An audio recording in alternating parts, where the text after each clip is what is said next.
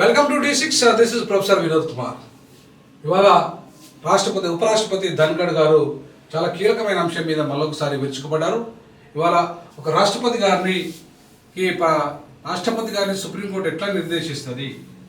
Supreme court పెద్ద గొప్పనా, లేకపోతే శక్తివంతమైందా, లేకపోతే రాష్ట్రపతి? ఈ రెండింటికంటే కూడా పార్లమెంట్ అనేది సుప్రీము. ప్రజాస్వామ్యంలో parliament is the supreme. Even రాష్ట్రపతిని కూడా అభిశంసన తీర్మానం చేసేసి వాళ్ళ పంపించేది పార్లమెంటు. సో పార్లమెంటు అనేది చాలా అత్యంత సుప్రీంకోర్టు కాదు.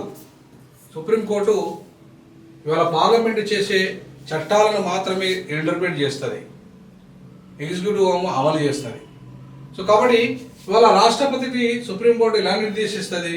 ప్రజాస్వామ్య శక్తులకు వ్యతిరేకంగా ఆర్టికల్ 142 ఇది సుప్రీంకోర్టుకు అధికారంలో అప్పచెప్పే 142 ఏదైతే ఉందో ఇది ప్రజాస్వామ్యాన్ని కూని చేస్తుందని చెప్పేసి వారు అభిప్రాయపడుతున్నారు. రాష్ట్రపతిని ఎట్లా ఆదేశిస్తుంది ఒక సుప్రీంకోర్టు?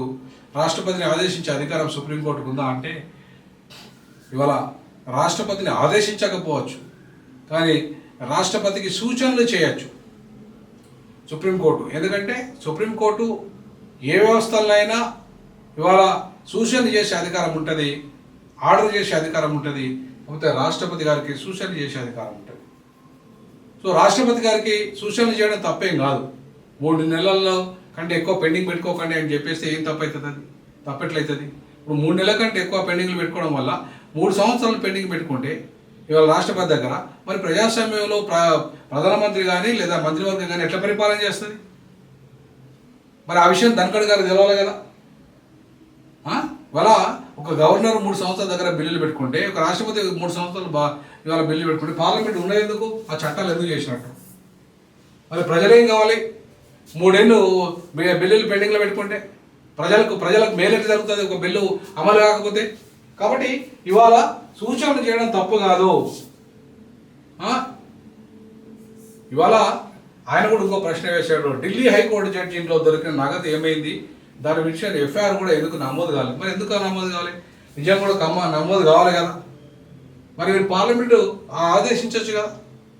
పార్లమెంటు ఈవెన్ దాని మీద చర్చ చేయొచ్చు కదా. ఎందుకు చేయట్లేదు?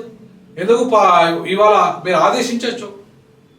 ఎక్కడైతే అక్కడ పోలీస్ స్టేషన్ ఉందో, ఆ కన్సర్న్ పోలీస్ స్టేషన్ ఉందో ఢిల్లీ పరిధిలో మీరు కేసు బుక్ చేయండి ఆ జడ్జి గారి మీద అని చెప్పేసి ఎందుకు ఆదేశించకూడదు? మీరెందుకు సైలెంట్గా ఉన్నారు? ప్రధానమంత్రి మీరెందుకు సైలెంట్గా ఉన్నారు? రాష్ట్రపతి ఉపరాష్ట్రపతి మీరెందుకు ఒక జడ్జి మీద దుర్మార్గంగా 100 కోట్ల రూపాయలు దొరికితే కూడా ఆయన మీద చర్య లేకపోతే మరి కామన్ మ్యాన్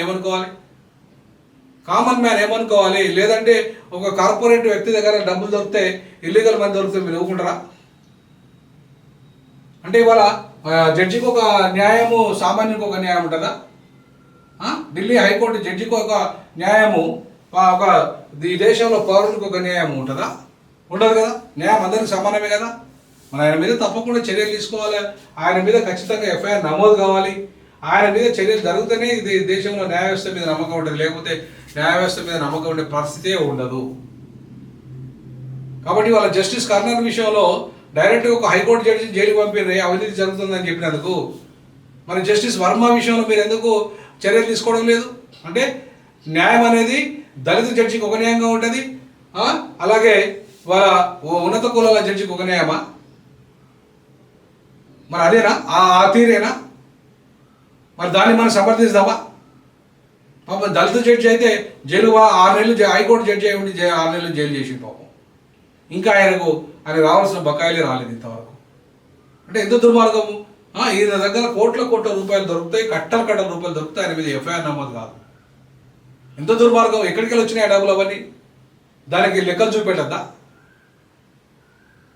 అంటే ఇవాళ బ్రాహ్మణుడు అయితే, అగ్రవర్ణం అయితే, త్రివర్ణాలకు సంబంధించిన జడ్జి అయితే ఒక న్యాయం, దళితులు అయితే ఒక న్యాయం. ఇంత దుర్మార్గం ఉంటుందా? మరి కరెక్టే ధన్ఖడ్ గారి విషయంలో. మరి ధన్ఖడ్ గారు ఆ విషయాన్ని కూడా మాట్లాడాలి కదా. చట్టాలు చేసేది వారే, అమలు చేసేది వారే సూపర్ పార్లమెంట్ అన్నట్టుగా వాళ్ళ పరిస్థితి ఉంది. మరి చట్టాలు చేసేది పార్లమెంట్ కదా, వాళ్ళు సూపర్ పార్లమెంట్ ఎట్లయితే కారు కదా. న్యాయ వ్యవస్థ సూపర్ పార్లమెంట్ ఎట్టి పరిస్థితుల్లో భారత రాజ్యాంగం ప్రకారం కాదు. న్యాయ వ్యవస్థ ఓన్లీ పార్లమెంట్ చేసే చట్టాలను కేవలం ఇంటర్ప్రిట్ చేయాలి, అంతే తప్ప న్యాయ వ్యవస్థ చట్టాలను చేసే అధికారం న్యాయ వ్యవస్థకు లేదు. కాబట్టి సుప్రీం న్యాయ వ్యవస్థ రాష్ట్రపతికి సూచించవచ్చు కానీ ఆదేశించే అధికారం లేదు. అంతేకాకుండా ఇవాళ ఇంకా ఉపరాష్ట్రపతి గారు సంచలన వ్యాఖ్యలు చేశారు. ఏంటది? ఇవాళ చాలా మొత్తం సుప్రీం అయిపోతుంది సుప్రీంకోర్టు ఈ దేశంలో. మరి ప్రజాస్వామ్యంలో ఎవరు ఇవాళ సీరియస్గా అంటే ఎవరు శక్తివంతులు అంటే మరి సుప్రీంకోర్టుకు అధికారం అనిక్షిపరిలాగా అంత పవర్ఫుల్గా ఉంటుందా? పార్లమెంట్ సుప్రీమా లేకపోతే సుప్రీంకోర్టు సుప్రీమా? ఏది సుప్రీం అని చెప్పేసి ధనఖడ్ గారికి మళ్ళొకసారి ఆయనకు వచ్చింది. పార్లమెంటే సుప్రీం, సుప్రీంకోర్టు కాదు. సుప్రీంకోర్టు ఈ కింది అంటే రాష్ట్రపతి గారిని కాకుండా గవర్నర్ గారిని కాకుండా వాళ్ళని ఆదేశించకపోవచ్చు కానీ వాళ్ళకు సూచించే అధికారం సుప్రీంకోర్టుకు ఉంటుంది. కాబట్టి సుప్రీంకోర్టు ప్రతిదానికి ఒక పరిధి ఉంటుంది. పార్లమెంట్కి ఒక పరిధి ఉంటుంది, సుప్రీంకోర్టుకు ఒక పరిధి ఉంటుంది. ఇవాళ అట్లాగే ఎగ్జిక్యూటివ్కి ఒక పరిధి ఉంటుంది. న్యాయ వ్యవస్థ, శాసన వ్యవస్థ, తర్వాత కార్యనిర్వాహక వ్యవస్థ, ఈ మూడు వ్యవస్థలు ప్రజాస్వామ్యంలో అత్యంత కీలకం. సో వీటన్నిటికీ హక్కులు, పరిధులు, అట్లాగే ఇవాళ వాళ్ళ యొక్క బాధ్యతలు కూడా ఉంటాయి. మరి వీటన్నిటిని మరిచి ఇలా సుప్రీంకోర్టు నేనే సుప్రీంను, నేనే అనుక్షిపని ఇలాగా ఇంత అంటే అంత పవర్ఫుల్ అని చెప్పేసి పరిస్థితి భారత రాజ్యాంగం ప్రకారంగా లేదు.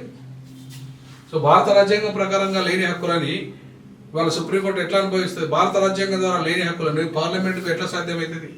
భారత రాజ్యాంగంలో లేని హక్కులని కార్యనిర్వాహక వ్యవస్థ ఎట్లా నిర్వహిస్తుంది?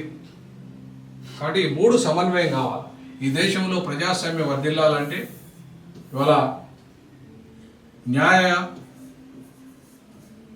ప్లస్ శాసన ప్లస్ కార్యనిర్వాహక ఈ వ్యవస్థలన్నీ కూడా వాటికి అధికారాలు ఉన్నాయి, పరిమితులు ఉన్నాయి, బాధ్యతలు కూడా ఉన్నాయి.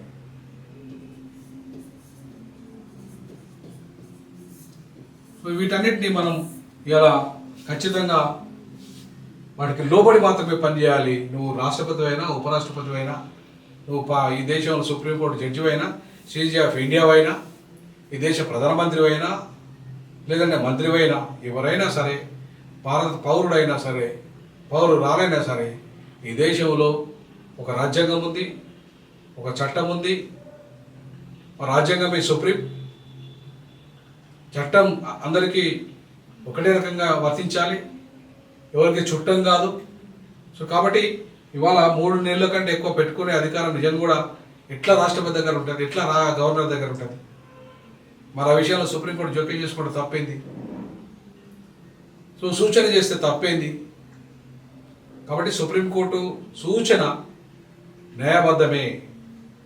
సుప్రీంకోర్టు సూచన రాష్ట్రపతికి కానీ గవర్నర్ కానీ చేయడం రాజ్యాంగబద్ధమే.